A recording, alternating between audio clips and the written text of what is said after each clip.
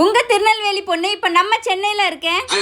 அட ஆமாங்க, நான் சென்னையில தான் இருக்கேன். சென்னையில நம்ம திருநெல்வேலியை பத்தி கேட்டா என்ன சொல்றாங்கன்னு பார்க்கலாமா? இந்த வீடியோ ரொம்பவே இன்ட்ரெஸ்டிங்கா இருக்கும். வீடியோ ஃபுல்லா பாருங்க. ப்ரோ, நான் திருநெல்வேலில இருந்து வரேன். உங்ககிட்ட ஒரு சின்னதா ஒரு கொஸ்டின் கேட்கலாமா? நீங்க திருநெல்வேலி வந்திருக்கீங்களா? வந்துருக்கு. திருநெல்வேலியில உங்களுக்கு ரொம்ப பிடிச்சது என்னலாம்? நெல்லையப்பர் கோயில் பிடிக்கும். அதை விட அங்க திருநெல்வேலி அல்வா பிடிக்கும். அல்வா எல்லாருக்குமே தெரியும் அல்வா பிடிக்கும்னு. சரி, அப்புறம் என்னலாம் பிடிக்கும்?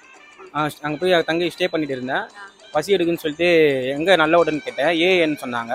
போய் சாப்பிட்டு பார்த்தேன். மோஸ்ட்லி சூப்பராக இருந்தது.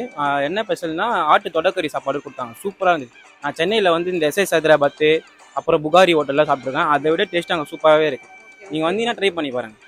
கண்டிப்பா. யாரா இவங்க சென்னை வரைக்கும் ஃபேமஸ் ஆயிருக்காங்களேன்னு இவங்களோட ஹோட்டல் டைரக்டா விசிட் பண்ணி பாத்துங்க. சிக்கன் பிரியாணி, மட்டன் பிரியாணின்னு வேற லெவல்ல வச்சிருக்காங்க. இவங்களோட ஃபிஷ் மீல்ஸ் பத்தி சொல்லியே ஆகணுங்க. அவ்வளவு டேஸ்டா இருந்தது. ஓடுறது, பறக்கிறது, தாவுறது, நீந்துறதுன்னு எல்லா ஐட்டத்தையுமே வச்சிருக்காங்க. கண்டிப்பா ட்ரை பண்ணி பாருங்க. டேஸ்ட் வேற லெவல்ல இருக்குது. ஃபைனலா நான் ட்ரை பண்ணேன் இளநீர் பாயாசம் பிளஸ் மீன் கட்லெட் வேற லெவல்ல இருந்தது. ஃப்ரெண்ட்ஸ், ஏஎன் திருநெல்வேலி ஹோட்டலில் வந்து மண்பானை சிக்கன் பரோட்டா வந்து சமையல் அருமையாக இருந்துச்சு. நானும் சாப்பிட்டேன், நீங்களும் சாப்பிடுங்க.